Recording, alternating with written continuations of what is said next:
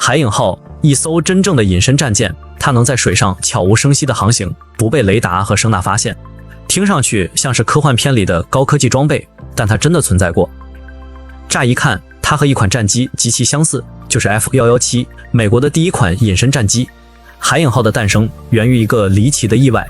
20世纪80年代初，当洛克希德臭鼬工厂正在为他们划时代的隐身飞机 F-117夜鹰进行最后调试时，一名工作人员掏出他崭新的偏振相机，想为这件杰作留下档案照片。然而，这台采用初级声呐自动对焦的相机却对 F-117完全无法对焦。原因正是 F-117上用于偏转雷达波的隐身面板，同样也能偏转来自相机的声呐波。这个看似令人沮丧的技术故障，却在臭鼬工厂的传奇人物本里奇心中激荡出了一个大胆的想法：如果能让飞机对声呐隐身，那对潜艇是否也可以呢？毕竟，声呐是探测水下目标的主要方式之一。里奇的团队立刻行动了起来，他们买来一个潜艇模型，加装了多面整流罩进行声腔测试。令人震惊的是，仅仅一个简单的模型，声呐的回波就衰减了惊人的1000倍，相当于声学隐身提升了3个数量级。受到巨大鼓舞的团队进一步设计了一艘外形棱角分明、类似 F-117 的潜艇模型，旨在偏转声呐并大幅降低船员产生的内部噪音。声学测试证实了其显著的消音效果，促使洛克希德向五角大楼负责潜艇研发的海军上尉提出了他们的隐身潜艇方案。然而，方案却被直接拒绝了。原因很简单，这些为了隐身而设计的整流罩会大幅降低潜艇的速度，使其在水下效率极低，根本无法作为一款实用的潜艇。项目看似就此搁浅，但洛克希德并未放弃。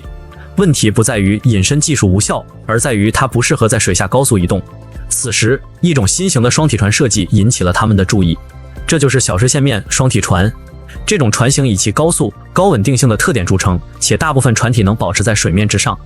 洛克希德意识到，如果将这种船的结构优势与他们的隐身技术结合，就有望打造出真正实用且隐形的船只。洛克希德对此深信不疑，甚至在返回华盛顿讨论 F-117 进展的会议上，滔滔不绝地向军方高层阐述他们的隐身船构想。因为这场会议极具说服力，最终他们获得了建造秘密原型船的批准，并且资金不受限制。海影号的设计蓝图由此诞生。你可能会好奇，如何在神不知鬼不觉的情况下建造一艘绝密的隐身船，且不会被苏联的卫星拍到。军方为此提供了终极解决方案，建造一个秘密的水下基地。它就是被命名为巨型采矿驳船1号的全潜式浮动驳船。这艘驳船建于20世纪70年代，最初的用途是在南加州圣克鲁斯群岛打捞沉没的苏联潜艇，但却完美地为海影号的秘密建造提供了掩护。4名精挑细选的工程师轮班在这座水下基地工作，逐步组装海影号原型的不同部件。这些部件由4家不同的制造商运送而来，而这些制造商根本不知道自己制造的是什么。为了确保绝对的机密性，部件的交付都在夜间进行，并且特意选择在苏联卫星不在头顶的时候。整个过程在极度严格的保密协议下进行，甚至连各自监督项目的 CEO 和高级军官也直到最后才被告知最终的设计。最终1985年3月，海影号成功交付，并于1985年至1986年间进行了首次夜间试航。首次试航时，工程团队就发现了一个重大缺陷，船的尾流巨大，掀起的波浪甚至能被附近直升机的简易雷达探测到。原来4名工程师竟然把静止的螺旋桨装反了。经过迅速调整后，海影号的表现堪称完美。据一名船员称，我们在夜间行动自如，能悄无声息地接近任何目标。海影号的设计理念是实现极致的雷达隐身和肉眼不可见，与 F-117 一样采用棱角分明的多面设计。船上没有圆形表面，没有突出的火炮或天线罩，不给雷达或声呐任何反射机会，所有雷达信号都会被反射开。这艘船具备高度自动化，整艘船布满了摄像头，大大减少了对大量船员的需求，仅需4人即可出海。最高航速为 14.2 节。令人惊奇的是，这艘实验性极强的船甚至没有方向舵，完全依靠稳定器进行转向，并且搭载了尖端热管理技术，实现完全无热信号，让它在红外探测下也无迹可寻。船体划分了多个区域，甲板内部分为2部分，前上部是驾驶桥楼，设有4个座椅，后方是厨房。驾驶桥楼上方有可伸缩桅杆，可在远海时展开以连接卫星。驾驶桥楼下方是船员卧室、休息区以及通往更大的双层机舱的入口。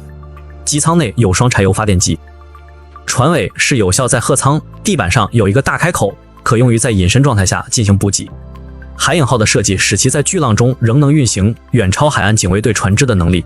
多次因暴风雨天气，护航船只不得不撤退，但海影号仍无故障运行，甚至驾驶桥上的咖啡杯在巨浪中都未洒出。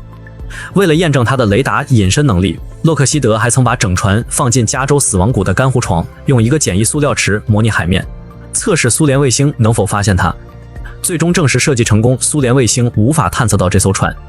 洛克希德公司对海影号进行了长达7年的设计和秘密测试，直到1993年才决定终止试验台项目，并向震惊的公众披露了这艘神秘战舰的存在。